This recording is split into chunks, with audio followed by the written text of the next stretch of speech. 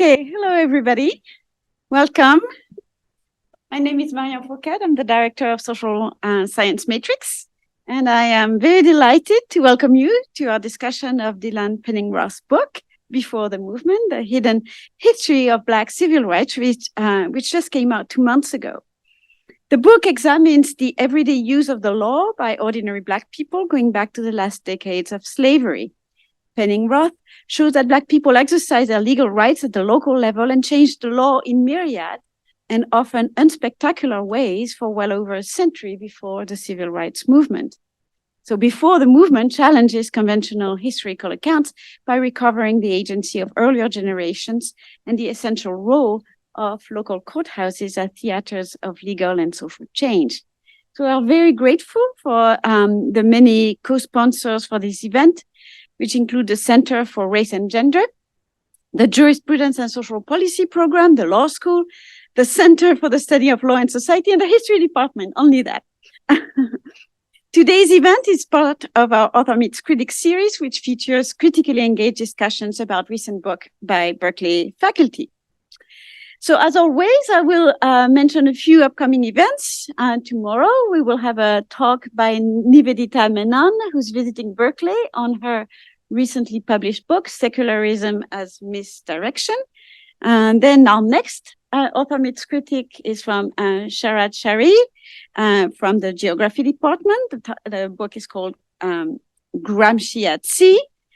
We'll have later that week, after Thanksgiving, we'll have a Matrix on Point featuring graduate students in conversation around new directions in the study of gender and sexuality.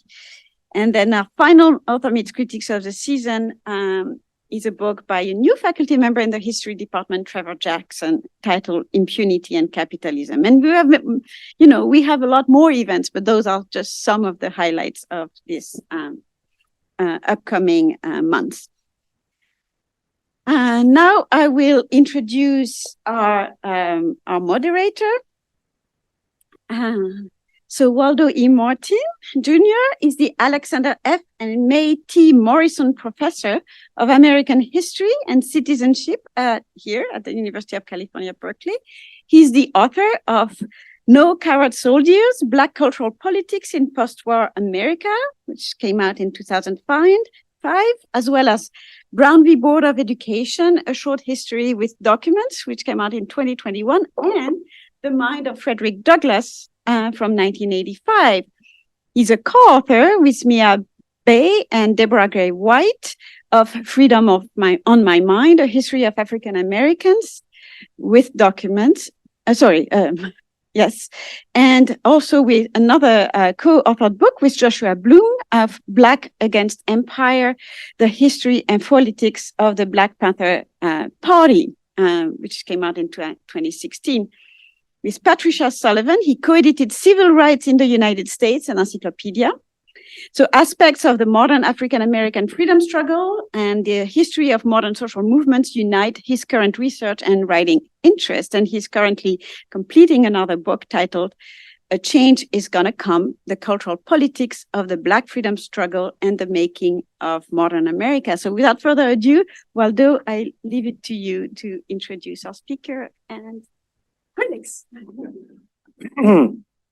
First off, I want to say it is an extraordinary pleasure to be a part of this event. I'm honored. I'm delighted. On some level, I feel like it's old home week.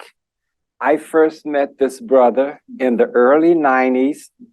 He was trying to figure out where to go to graduate school. He visited us, and then he had an epiphany and went to Hopkins. The rest, they say, is history, right? And I've known you for decades. And it's such a wonderful pleasure to meet Eric. I've actually read a number of pieces by you. And so I welcome you into the fold, my brother. First time meeting you.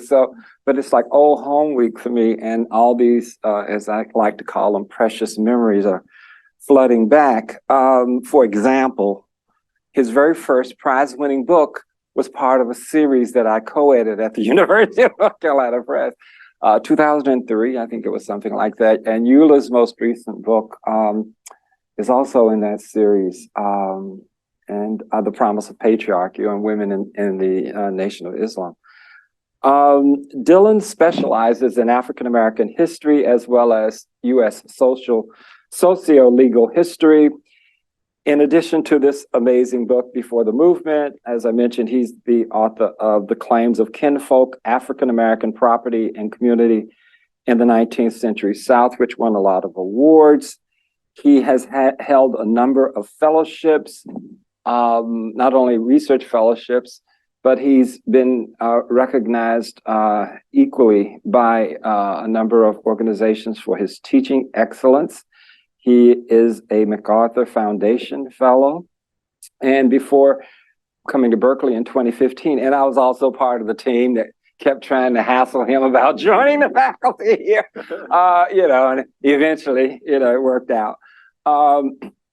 He taught at the University of Virginia. He only taught 3 years. I was there for 10 years, my brother.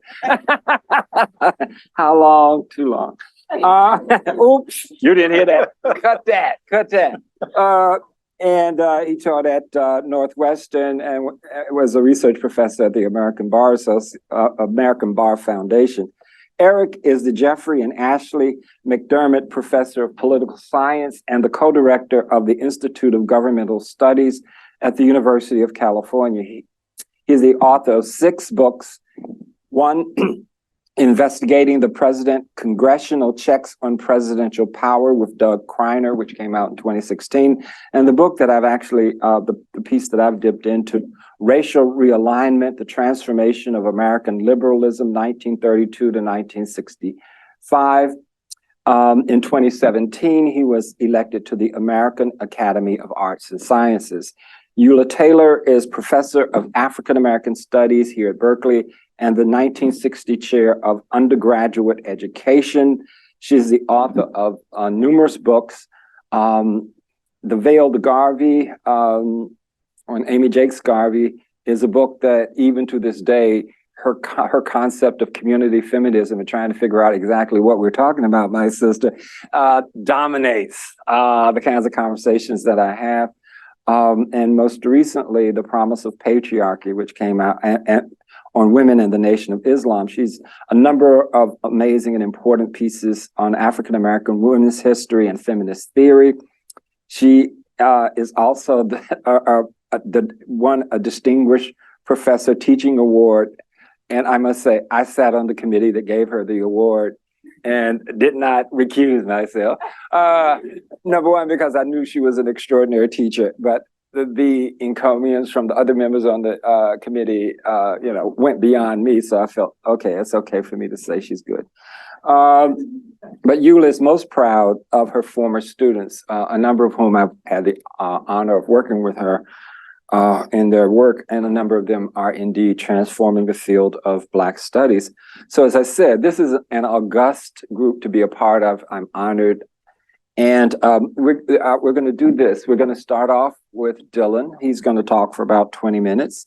And then we're going to move to Eric, 10 to 12 minutes. And then Eula will take us home. And then Dylan will have the opportunity to respond. And then we will open it up for questions. And thank you for coming. Yeah. It's nice to see so many wonderful, beautiful faces in the place,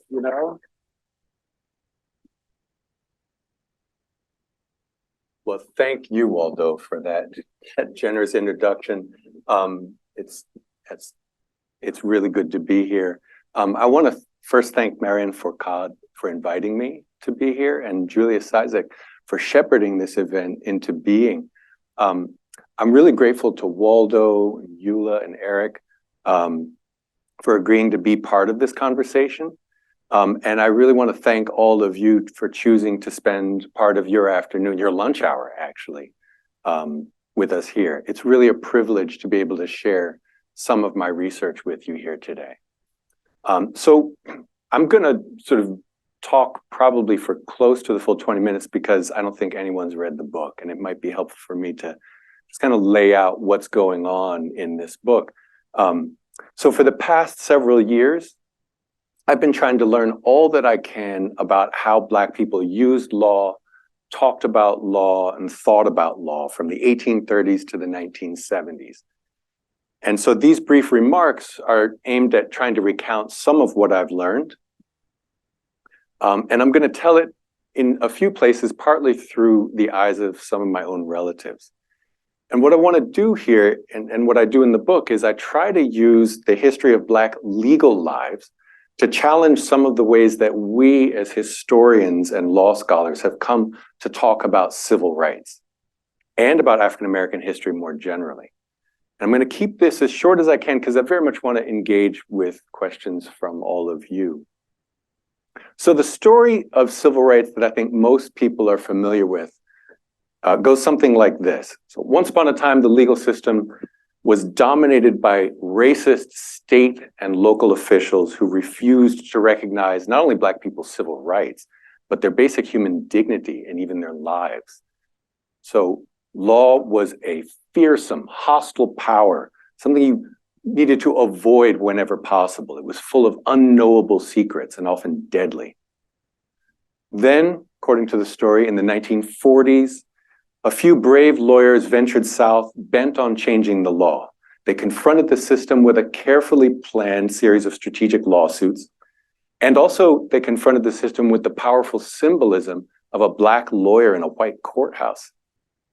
And so soon, ordinary African Americans, their sense of possibility awakened by Brown versus Board of Education and other Supreme Court victories, and then galvanized by racial justice activists, coalesced into a mass movement demanding that the federal government force those racist state and local officials to recognize Black people as free, full members of American society. This, I think, is the master narrative of civil rights. And it is powerful. It's powerful not least because it refuses to concede to right-wing reactionaries what the word freedom means. But I think it's also powerful because history is not just about the past. James Baldwin put it very well when he said, history is literally present in all that we do. We carry it within us. And so the choices that historians make, what we choose to write about, what counts as evidence and how to interpret it, these choices are inevitably shaped by the world around us. And African-American history is no different. In its modern form, it grew directly out of the civil rights movement itself. Activists in the 1960s created Black history units to teach in the Mississippi Freedom Schools. At colleges, a Black student movement demanded Black history courses. They demanded faculty to teach them, and they demanded a wholesale rethinking of what our country's history is and how it should be taught. Now, many leading historians, Black historians, came into the field profoundly shaped by their own experiences as activists in the 1960s. In fact, some of them explicitly said that their scholarship was a continuation of the struggle for Black freedom. Today, even as many historians remain committed to the idea of scholarship as struggle, they are debating what that struggle actually was and what lessons it holds for us today. So the first generation of historians after the Civil Rights Movement, they tended to look from the top down, from the perspective of great leaders like Martin Luther King and Malcolm X, and from the Supreme Court, justices like Earl Warren. Over the past 30 years, a grassroots approach has transformed our understanding of the movement by rethinking it from the perspective of ordinary people, local people, and also by widening our view beyond the era of mass protests commonly known as the movement.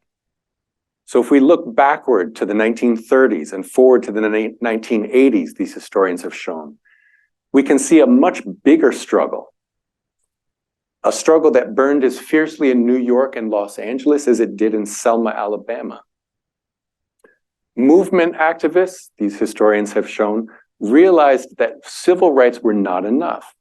Real freedom required changing the underlying structures that kept most Black people poor, politically weak, undereducated, and abused by police.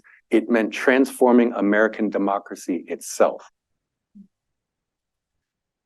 What hasn't been rethought is the fundamental moral drama of the movement, in which civil rights and Black history more broadly are framed as an unfinished freedom struggle, a battle against the forces of plunder, a journey from humiliation to dignity, from second-class citizenship to full citizenship, from Black fear in the face of white lawlessness to Black people defiantly asserting their rights under the law. That moral vision gleams brightly today as police killings mercilessly continue and as Republican politicians knowingly enact policies that systematically hurt Black people. Movement-centered scholarship is as urgent and necessary today as it was in the 1960s. But the notion of Black history as a freedom struggle has also cost us something. It has helped to make Black history almost synonymous with the history of race relations, as if Black lives only matter when white people are somehow in the picture. It has laid a moral burden on African American history that few other scholarly fields must carry. It urges us to judge our ancestors according to how well they advanced the freedom struggle. It has often infused a subtle romanticism into African American history, with Black people playing the role of humble folk heroes, overcoming adversity against the odds. And most of all, it has shrunk our vision of Black life down to the few areas of law where federal law and social movements made a difference. So there are shelves full of books about the struggles for the right to vote, to open up the workplace, the schools and the military, and to challenge a violently racist criminal justice system. But surely Black people cared just as much about things like marriage and divorce, old age care, property owning, running churches and businesses. But these do not fit easily into a story of freedom. In a sense, historians have tended to echo the racial justice activists of the 1950s and 60s, whose courthouse showdowns with white officials have become canonized in films like Selma and Just Mercy.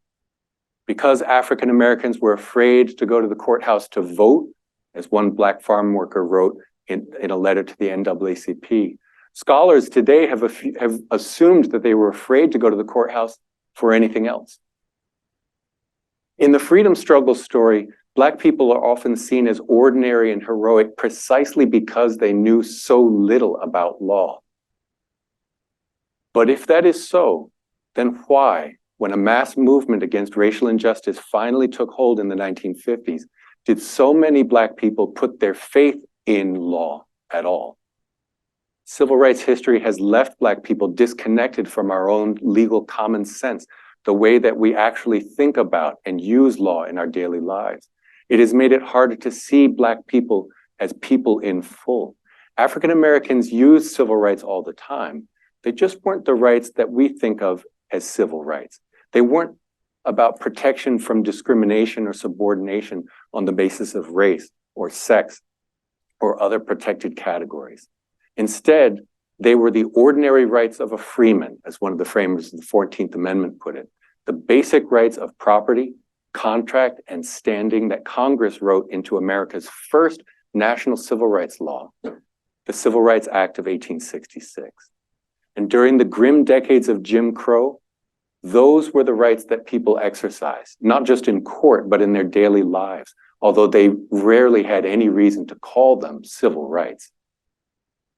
When my great-great-aunt Annie Holcomb paid my mother's burial insurance policy each week on her doorstep, when she and my great-great-uncle Thomas sold land to Midway Baptist Church in Virginia, when they wrote down instructions about how and where they wanted to be buried on that land, every time they did something that a court could protect, they were doing civil rights. They were exercising freedom. They were making it mean something more than the negation of slavery, something more than the end of whips and chains. Civil rights were rights of everyday use. Now, big picture history has tended to veil this history, but the real reason it has stayed hidden is because of a basic institutional practice. Legal documents do not typically identify people by race. Not in the keyword searchable appellate reports that are available on Westlaw or Lexis, and not even in county courts in Mississippi. Now, this was a surprise. I mean, after all, the local courts especially in Mississippi, played a key role in enforcing segregation. And most of these old records were written in the era when even the water fountains were marked as white and colored. Now, I'll come back later if you want with a partial explanation of why and why that matters. But my most urgent problem at the time was practical. I wanted to write Black history, and I couldn't figure out who was Black. So that's a head scratcher. To get around it, I would hop in the car and spend a week or two visiting county courthouses. I usually made sure to include Cumberland, Virginia, so I could go see my Uncle Henry and Aunt Margaret. I took pictures along the way, as one does. And then I'd show up in the office of the local circuit clerk. If they let me in the back room, I would pull down dockets, these big, heavy ledger books. I would pull them down at 10-year intervals, and I would copy down the names of a subset of cases for that year. And then my research assistants and I would look up those names on Ancestry.com. So it's more than the swabs, your DNA. You can also look up people by name in the census. So then once I had a list of cases involving Black people, I went back to each of the courthouses, sometimes twice, and then I read some of the cases. It wasn't foolproof. Really, no historical method is foolproof. Sometimes it was kind of gnarly, but gradually we started to see a picture of when, where, and why Black people used the courts. By the end, we looked up more than 14,000 civil cases from 24 courthouses in 5 states and the District of Columbia. And we identified more than 1,500 that involved Black people. So race ducks in and out of Westlaw, and it's pretty much invisible in the county court dockets. This is how we made it visible. In fact, we found more cases involving Black people during the Jim Crow era than during Reconstruction. Black people went from filing an average of 8% of the civil suits in my 1872 sample slice.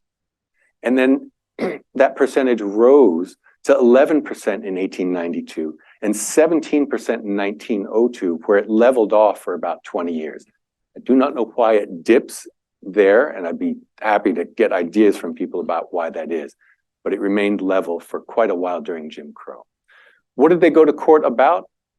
All sorts of things, just much the same as white people did. They went to court about divorces, about insurance payouts, railroad accidents, unpaid rent, and personal property. They also used private law in more routine, non-adversarial ways, so they weren't always going to sue somebody. So they did things like they sold easements on their land. They made wills and got them probated. They had cars towed off their property.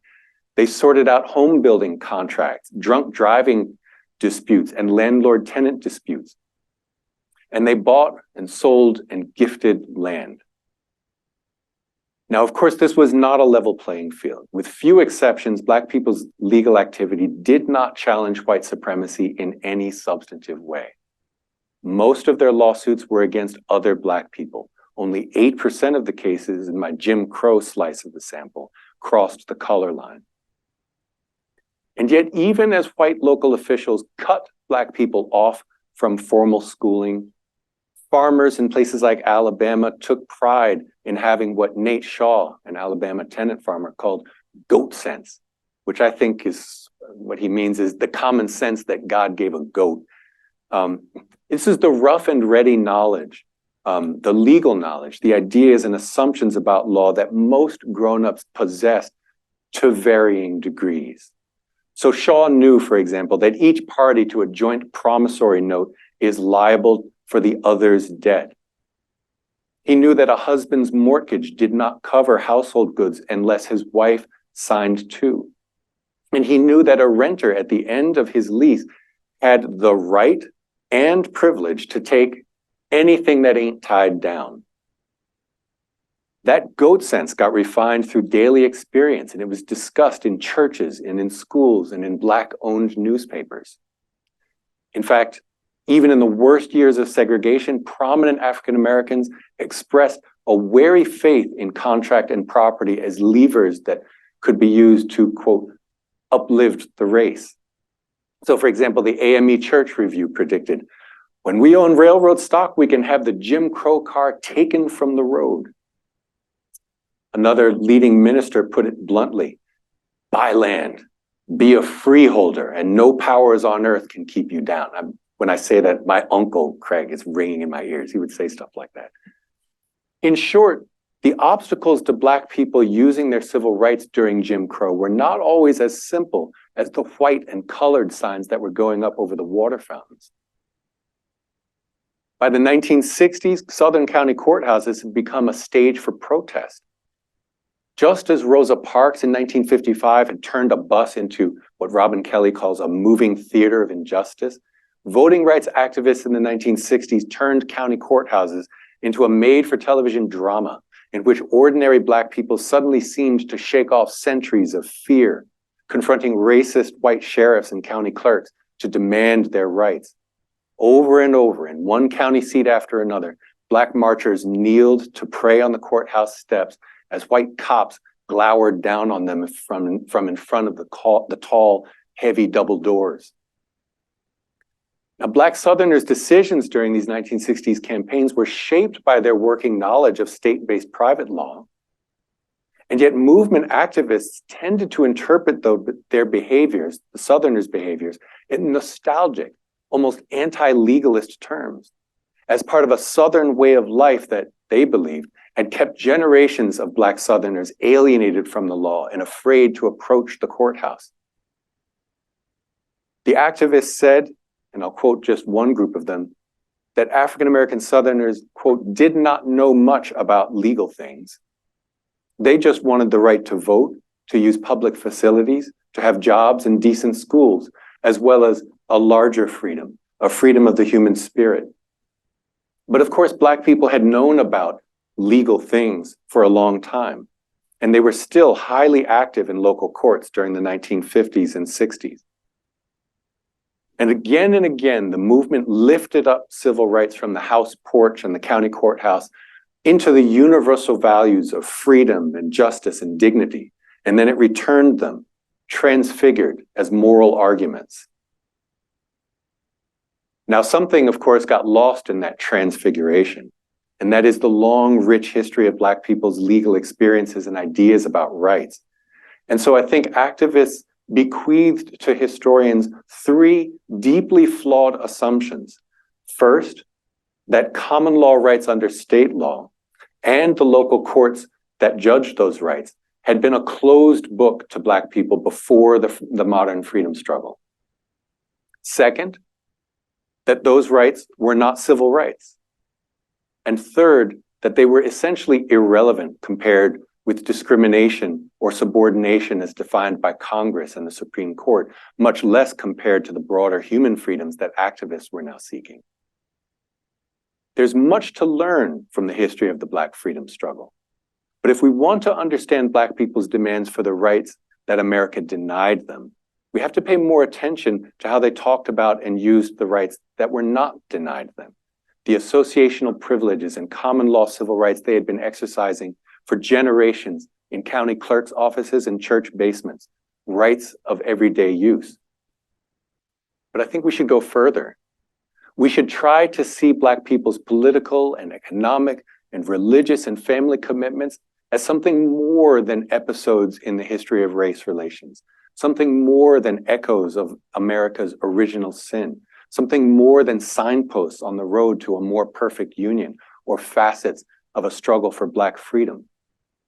We have to put Black people at the center of our own history. And when we take that broader view, I think we'll be able to see better the rich diversity of Black life.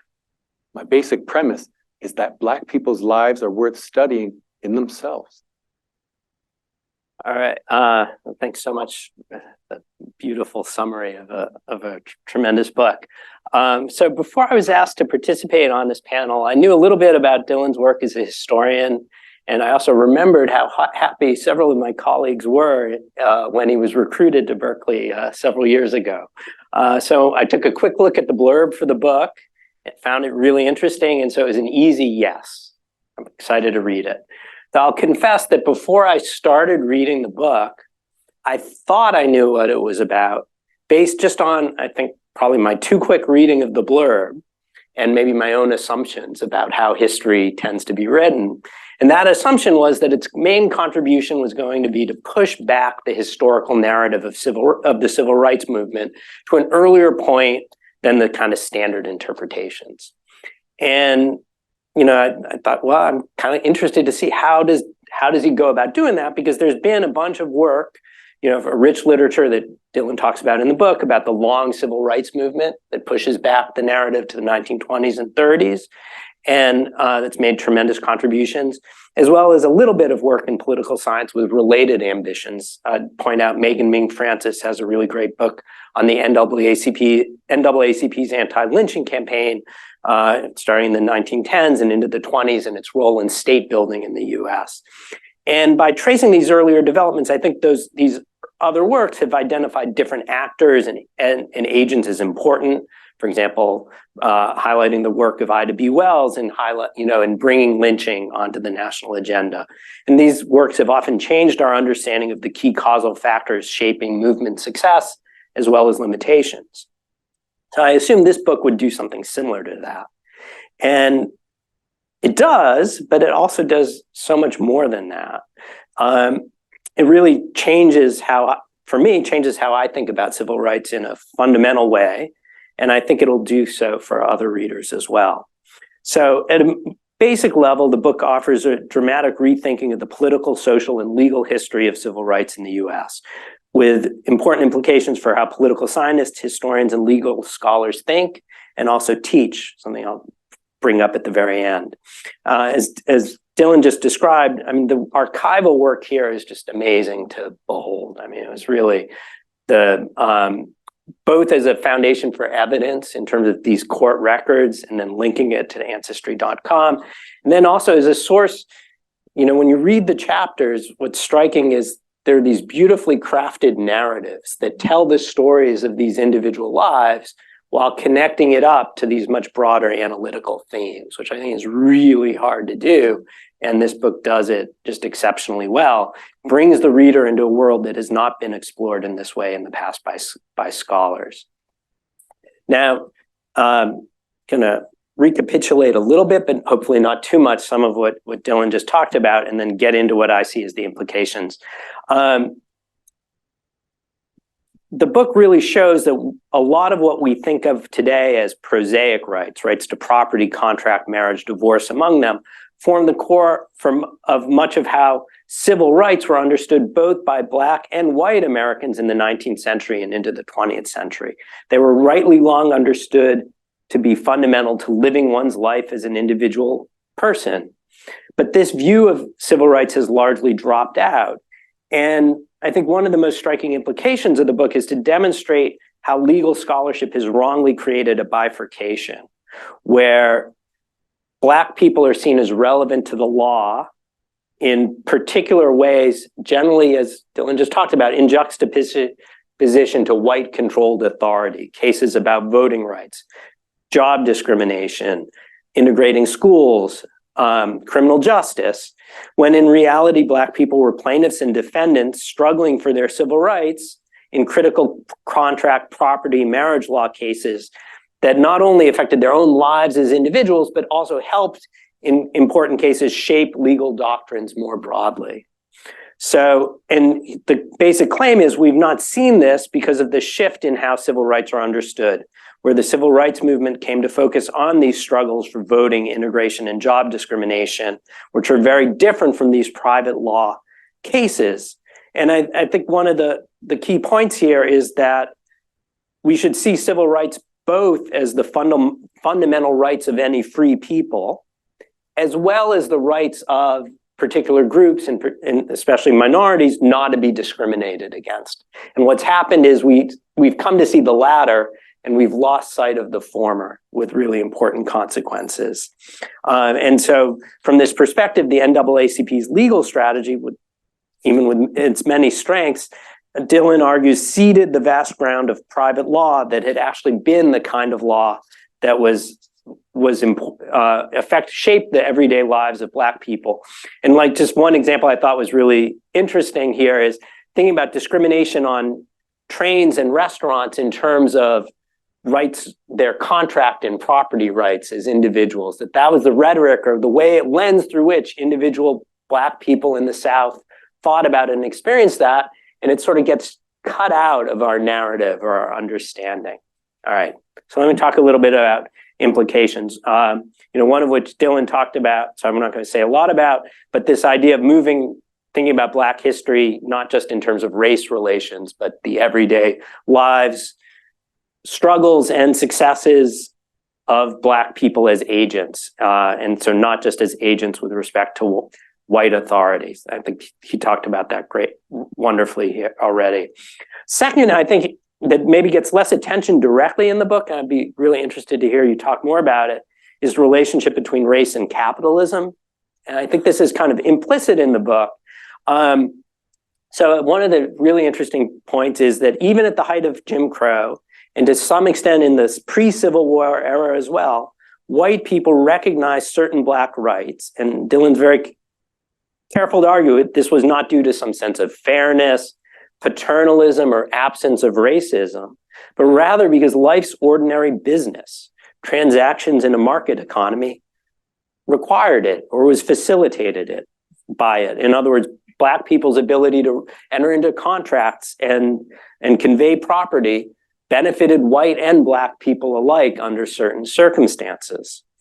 So, he has the beautiful metaphor, wording, framing that it's easier to padlock the rail car and voter rolls than the property deed books and the courts, And this also, I think, as he notes, relates to the history of married women's property rights, which there's also one of the former student here, Sarah Chatfield, has a really great book about this.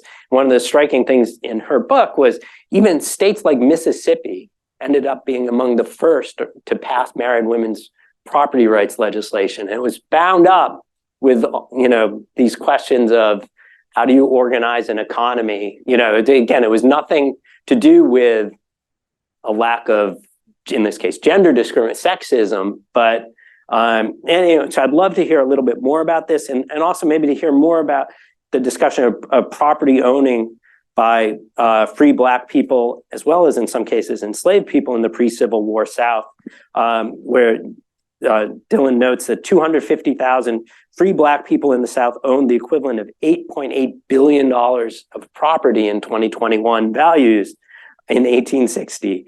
And one of the points made in the book is this kind of disrupts this challenge of dichotomy that, there are white freedom, Black slavery, right? And so this led to various efforts to roll back these rights, limit the rights of free Black people. And so, and one thing, and this happens in both the North and the South. And one thing, and maybe I'd be interested, and he notes the relationship to the rise of free labor ideology in relation to this. So one thing I'd like to hear more about, or maybe talk more about, is the relationship of all this to the developments in the party system, where we know free Black voting rights initially were not a partisan issue, but become a partisan issue in the Jacksonian era. And so I'm just wondering if there's also, how that relates to the property rights as well, for example. All right, I've been going. Another point here that I think is really valuable is connecting in a direct way the civil rights movement strategy to things that were learned from or a material basis created by this earlier,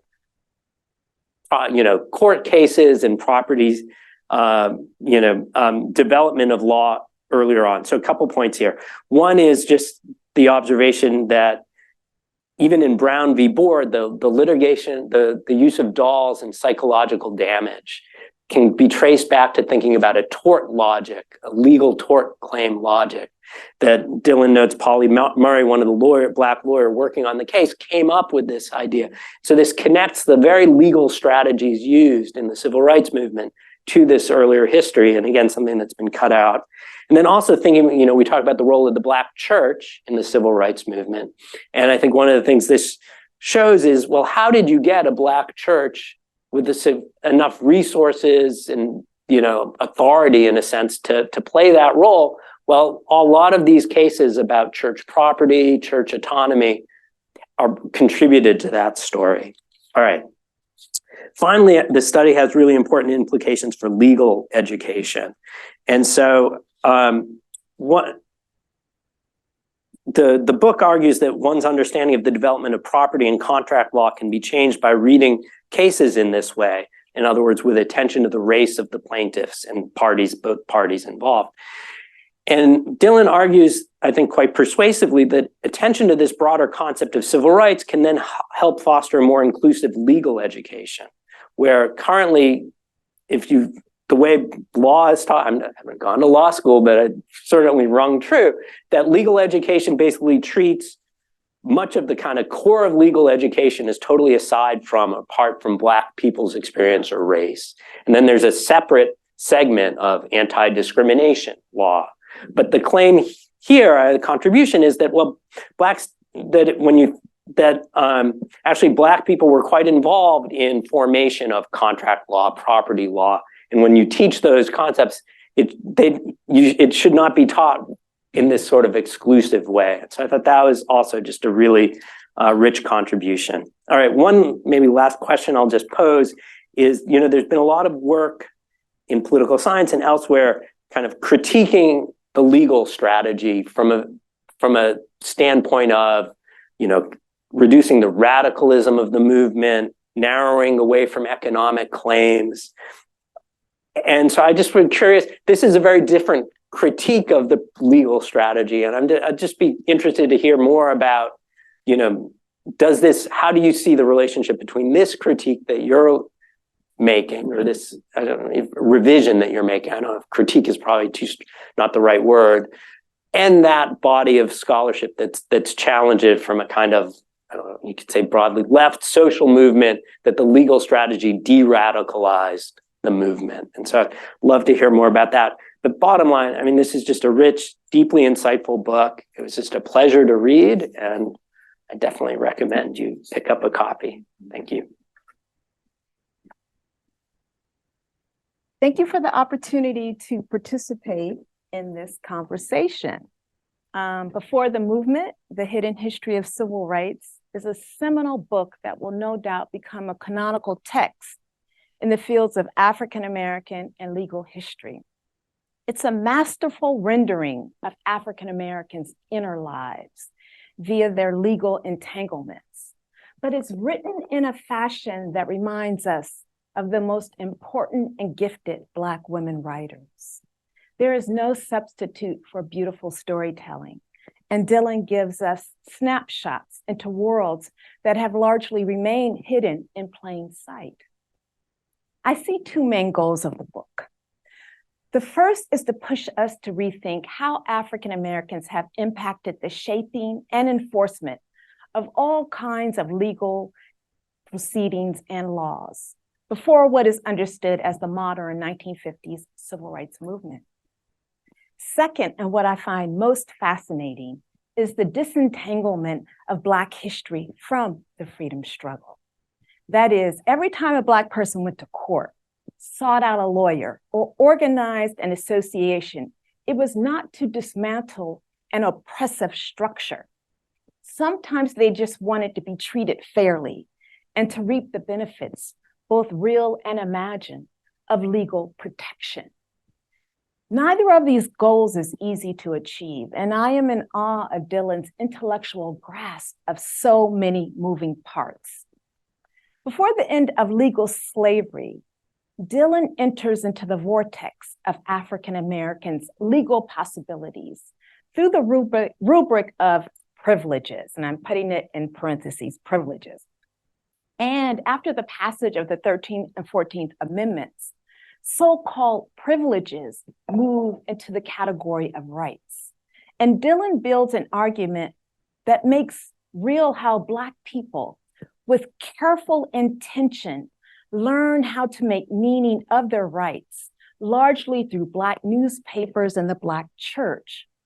During both periods, what becomes crystal clear is that both enslaved and legally free African Americans were daily determined to embrace all possibilities of a better life, to be able to feed their families, to hold property that allowed them to work the land, to work as artisans, to keep their churches, benevolent societies, and associations solvent, and to give their heirs a chance to have a financial leg up.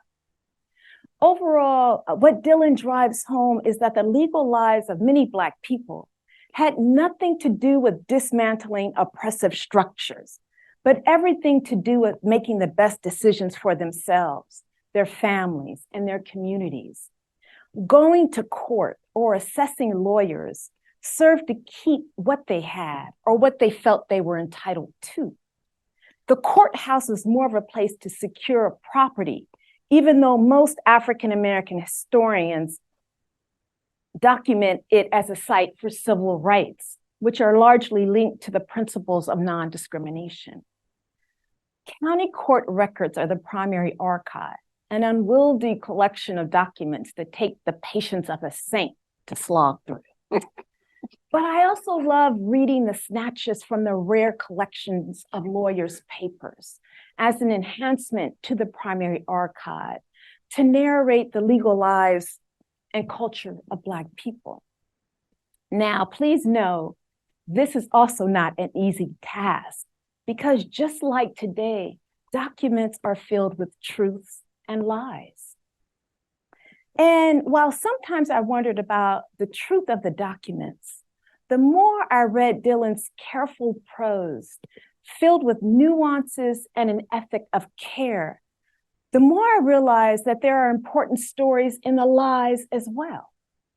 Narratives of the way duplicitous people take advantage of others, narratives of stereotypes, narratives of the power of literacy.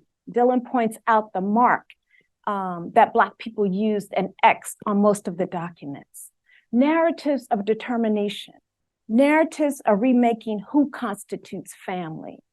What I found so informative about these documents is how Black people can corral their communities to vouch for them, to support their claims, to give them confidence in their efforts to protect what they have. Dillon begins the documented legal lives of Black people during the 1830s. This decade also anchors the organized abolitionist movement, when Frederick Douglass and others were making written and verbal cases against slavery to the world.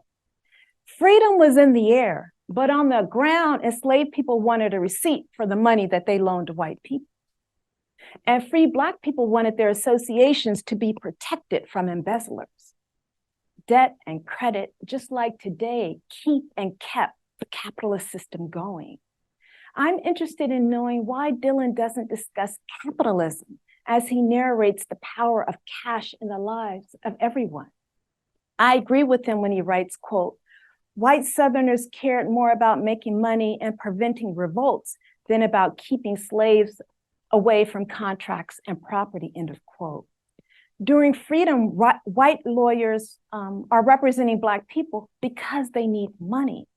For example, as Dillon explains, two lawyers saw a particular, quote, Black family's case as a meal ticket, not a crusade, end of quote.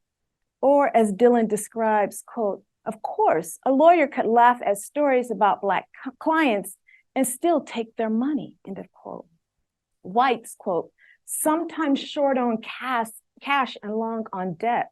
They looked at a Black person and saw something else, a potential buyer," end of quote. Given all of these IOUs, the credit and the lack of cash, capital and capitalism seem to me to also be a controlling factor in this history. Another question that I have for Dillon is at times during the history of slavery, it seems as if the slaves become normalized subjects because of these so-called privileges. I worry about conservatives quoting sentences such as, quote, "Many slaves, maybe even most of them, got paid incentives for overwork during harvest and planting seasons," end of quote. The foundations of overtime work is linked to their ability to pay cash for wagons, mules, and other goods, compared to poor whites who usually required credit because they had little cash. And while Dillon follows these sentences with, quote, Slaveholders didn't do this out of the goodness of their hearts. They did it to save money, as well as talking and stating that Black people were super exploited. I still have fears about the manipulation to feed into conservative, troubling arguments. That is, slavery was bad, but not as bad as we have been told because of these so-called privileges. And as Dylan writes, quote, after all, except for land, few white people had debts and had deeds or bills of sale for their property either, end of quote. Lastly, the calculation of free Black people's wealth could be evidence that during legal slavery, they were not harmed by racial discrimination. Dylan tells us that, in short, the more that free Black people bought, sold, mortgaged, and bequeathed property, the more their civil rights became essential to white people's civil rights.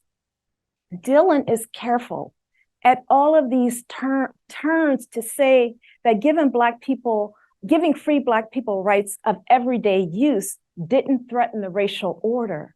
But I'm wondering what it did to Black people to know the racial limits in their lives. We know that context matters less and less in our contemporary world. And I know we cannot write history based on our current lives, but it's so hard to ignore. And I'm wondering how you, Dylan, moved through this material and how you struggled to balance, quote, quote, privileges and, quote, quote, Black wealth with violence and terror, especially given our divisive anti-Black climate. I am a historian of Black women's history. And I want to conclude that I cannot tell you how much my heart was warmed by the way Dylan incorporates how women experience legal culture, sometimes as independent people and sometimes because of the men in their lives. Either way, they are there with all of their complexity, using the she, her pronoun when Dylan could have easily said he, him, speaks to Dylan's commitment to recognize Black women's humanity in the world. Some of the stories are classic. When two Black women brought a bag of nails to the altar to club Minister Payne, who bent the rules of the church and women were not allowed to vote. The sweeping patriarchal ideas that forced former slave couples into marriage, how family and kinfolk are remade in the courts. All of these stories of family, friends, neighbors, and communities can easily be mapped on to 2023. I love seeing myself in this book. As Dylan states, quote, inheritance suits became seminars on the history of Black family, end of quote. You dropped the mic with that one. Congratulations.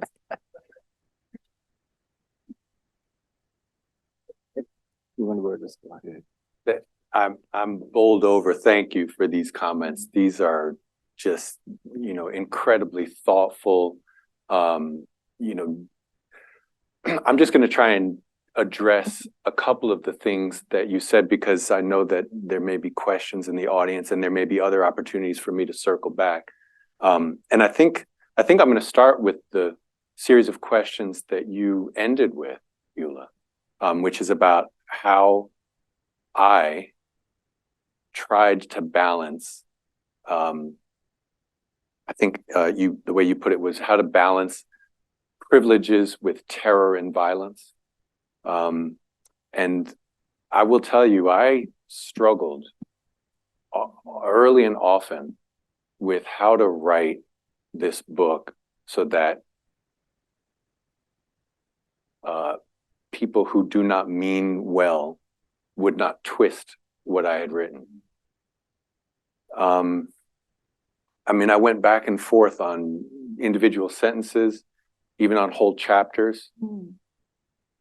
I think at a certain point, it became clear to me that I would not be able to write the book that I wanted to write, or any book at all, if I worried too much about what others might do to twist my words. I think I concluded that people were going to twist my words no matter how I wrote, and the only solution would be to not write.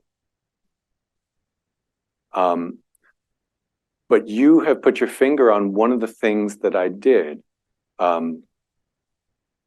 which is I tried to, and this gets at your question to some extent, Eric, I tried to connect the part of the story that has to do with Black people's ability to exercise economic privileges or rights.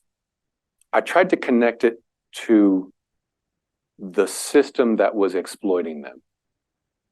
And I did it, although I didn't name him explicitly in the text, it's basically a CRT argument.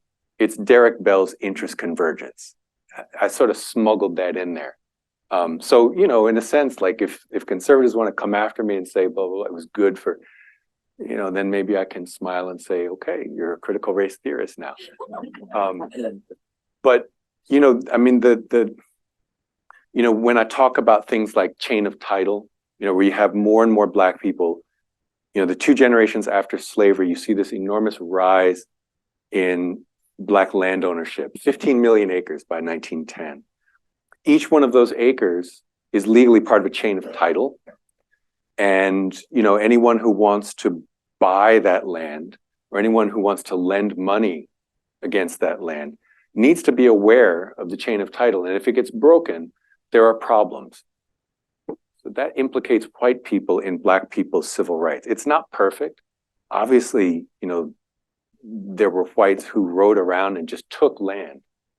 But I think that the moments when white violence paused to take account of the legal implications of what they were doing, it doesn't obviate or negate the violence. It says something about the system that they were in. And so by the same token, enslaved people earning a little bit of money after hours. I start the book with a story about my great-great-great uncle, Jackson Holcomb, who had a boat and earned money on the side, rowing people across the river.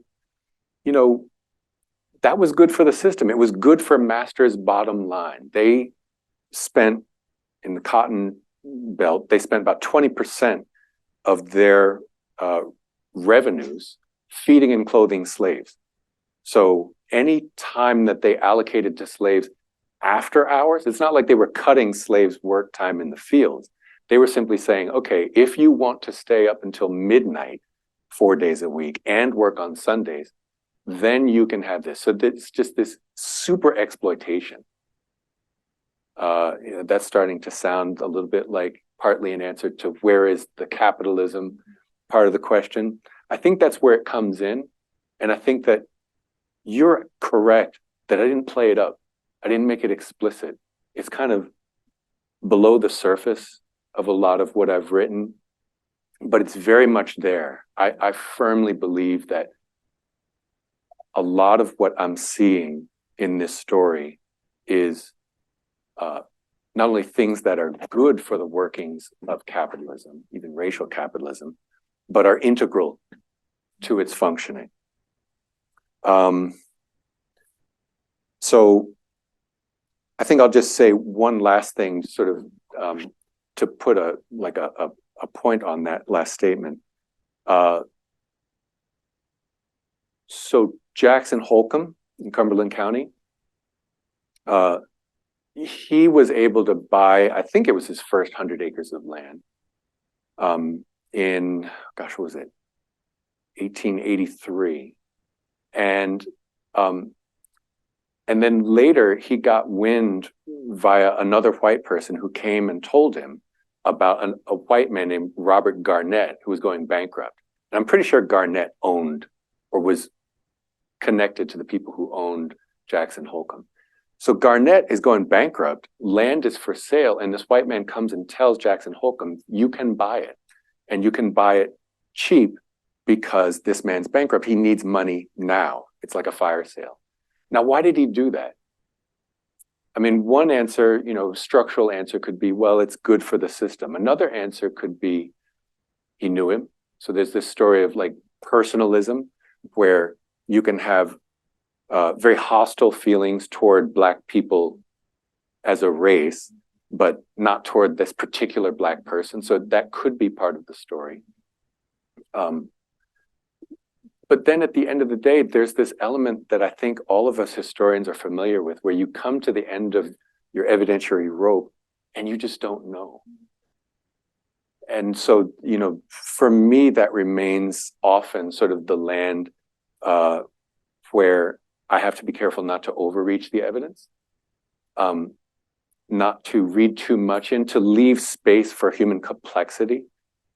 But at the same time, you know, I want to make it clear to readers, and I maybe clearer than it is in the book, that capitalism is at work in so many facets of this story.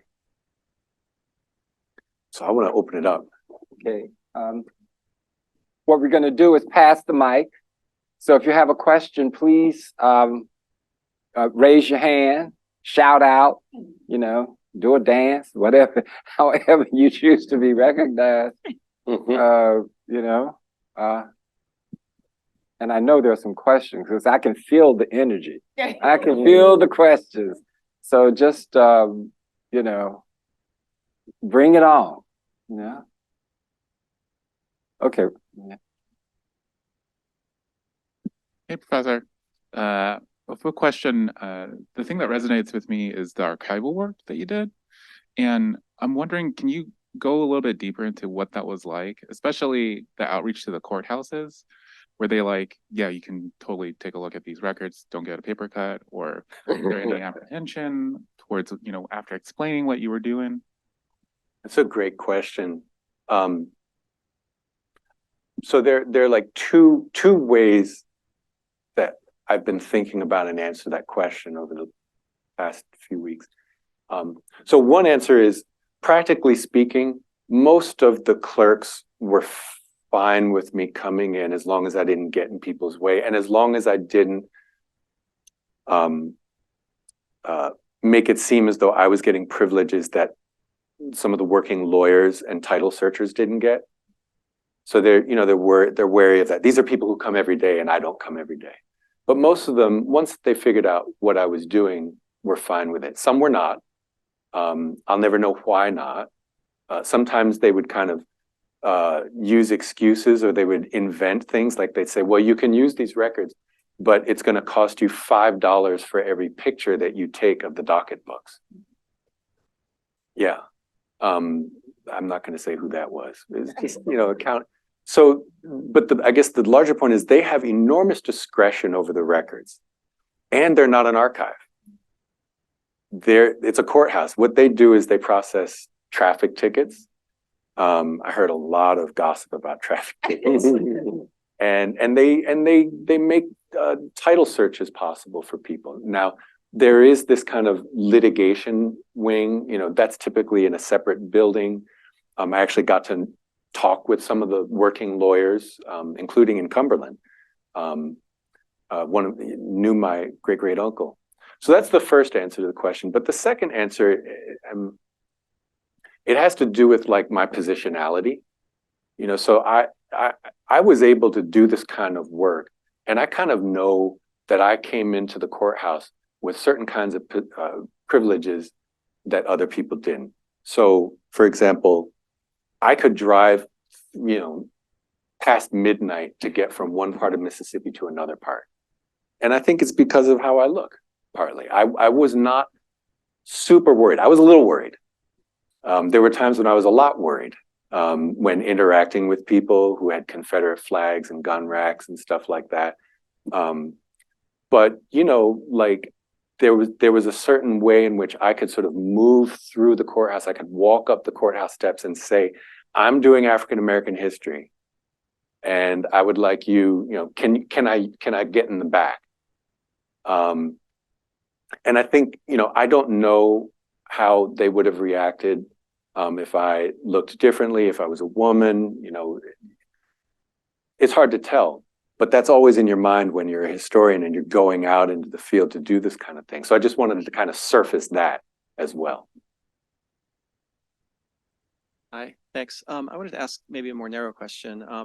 When you were showing the data on, you know, those bars of like what percentage of cases involved a Black party, I guess, And you said that 8% were so I guess 92% were Black defendant, Black plaintiff, but 8% were not. And so I wanted to ask what you saw going on in that 8%. So were they all like Black plaintiff, white defendant, or was there a mix? And like what kind of characterized that? That's a great question. It was a mix, and one of the things that I think surprised me a little bit was that of the cases that did cross the color line, so thank you, appreciate that. Yeah, mine does that too. Of the cases that crossed the color line, many of them actually featured a Black plaintiff and a white defendant. It's not like all of the cases that crossed the color line involved a white plaintiff and a Black defendant. So I think if your question is about what characterized the Black cases, that's, I think a fair description would be that sort of run through that I mentioned in my initial remarks. With respect to Black plaintiffs and white defendants, it was, I think, a similar mix of causes of action. I didn't see very often sort of claims of racial discrimination, in part because, that's not really a cause of action in Mississippi in 1910, right? You can't bring a claim like that. But between the lines, you can sometimes see it. And especially in these cases of duress, right? And you talked about the lies that records can tell. One of the big lies, which I think you alluded to, was this lie about the ignorant Negro, which is this trope that, a couple of other scholars have talked about, where in a contract case, where a white plaintiff is suing a Black defendant and the Black defendant respondent wants to be out of the contract, got him to sign away his house. And now the white plaintiff is saying, I want your house. I want you to follow through and convey the house to me. Sometimes the Black defendant would essentially say, I'm so ignorant, I couldn't have known what I was doing when I signed this. And together with the lawyers, they would play up their ignorance. And there's this one scene where, this guy in Mississippi, and he's saying basically well, I can't read this document. And then they bring him, his eyeglasses, and he says, well, I can read a little better, but now I don't understand what this document says. He clearly does understand a lot about law. He's kind of playing up his ignorance in order to get out of this contract. And so that's a way in which you can see race working in these lawsuits that cross the color line, but don't sort of challenge white supremacy head on. They're using sort of, standard doctrines of contract law, standard defenses like duress or fraud or duty to read to get out of these contracts. But the other part that's interesting to me is sometimes they use those defenses and variations on them in the cases that are against other Black people. And that's where things get really weird. But it's a great question. Yeah.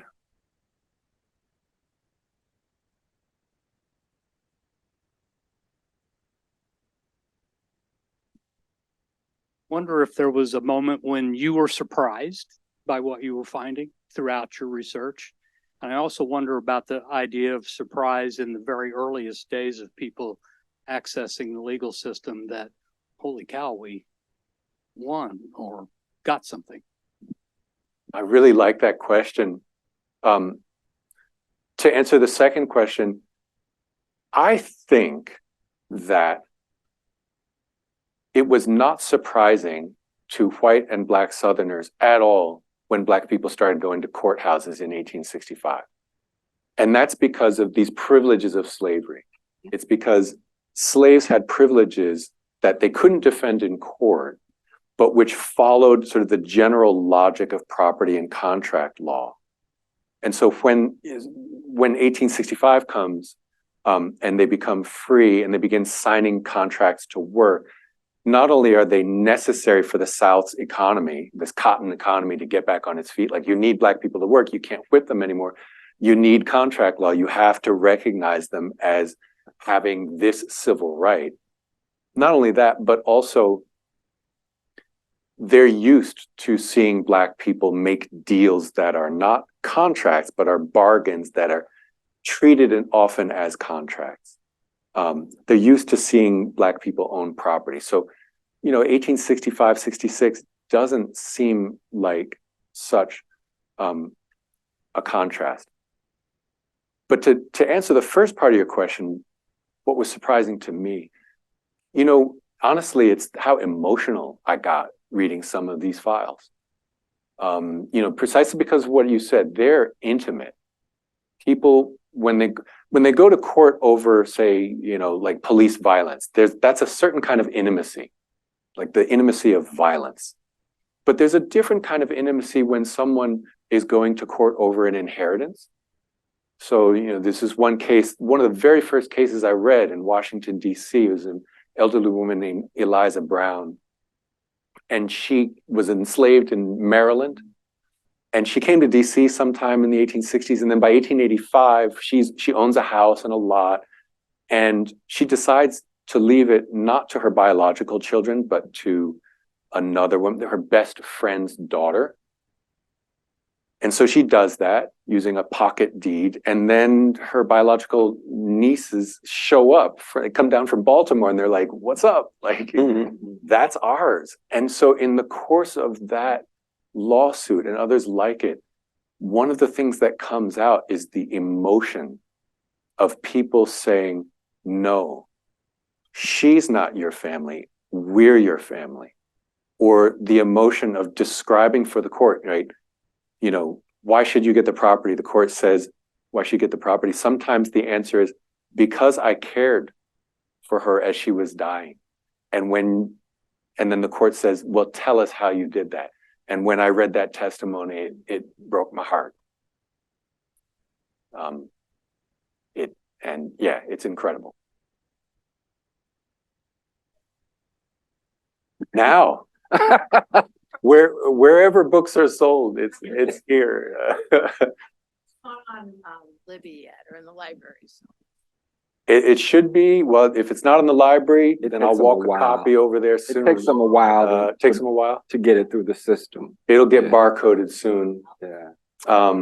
But yeah, it's on. It's on the Evil Empire Amazon, and it's on nicer websites than that.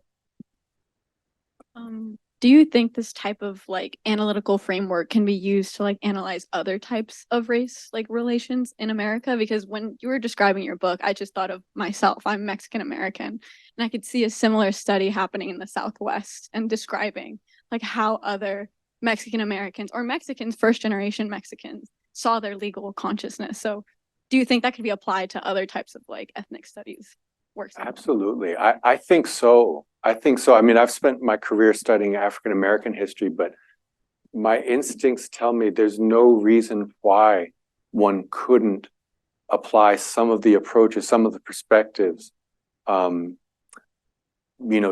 other subordinated populations, and for that matter, to white people. I mean, it's not like there's a lot of work out there that looks at white people's experiences in local courts either. It's not easy to do, but once you figure out how, there are ways. But I'd love to talk with you about that. I was wondering, do you think slave revolts were the beginning of civil rights movement after American independence? And did you use any of those records or narratives within this book? Also, do you see African Americans as subordinate to the law? Because I get the sense the way you wrote it seems a little intuitive to African Americans because you're African American. So I just want to get your thoughts. Repeat the last part of the question. Do I think African Americans are when you said subordinate minority or subordinate race, the way the language that you use sort of put African Americans in a category where it's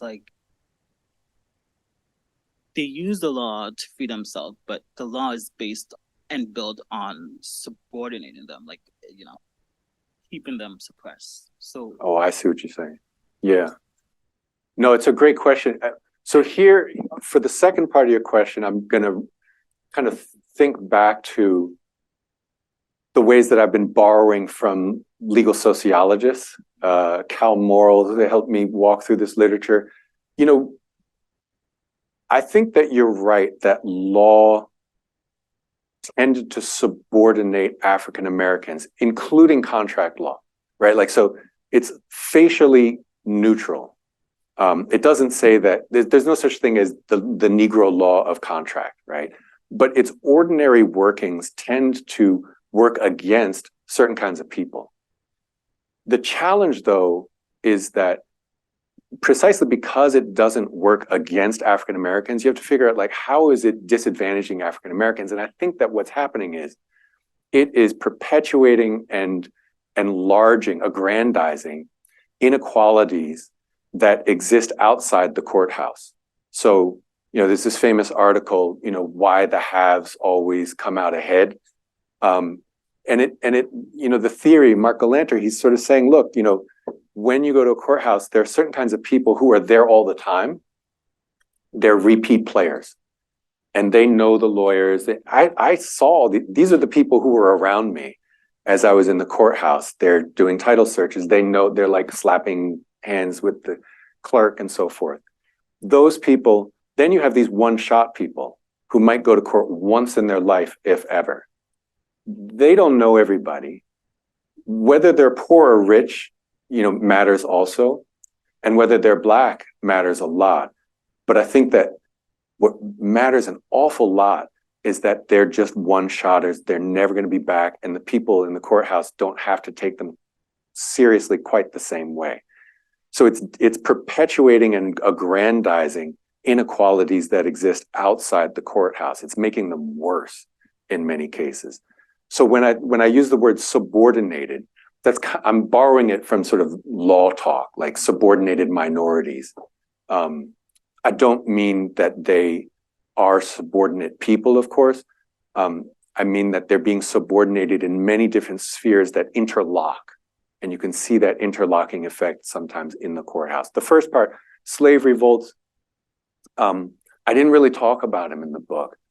I think that you could make a good case that they are, you know, part of a long civil rights movement. I didn't make that case. Perhaps others have. Vincent Harding. You'd have Brother Vincent He's up there. So he's talking about this long river where the revolts are part of this freedom struggle. And if civil rights are part of the freedom struggle, then yes, it is part of a civil rights movement. Well, I think, okay, brother, you go. Take us home.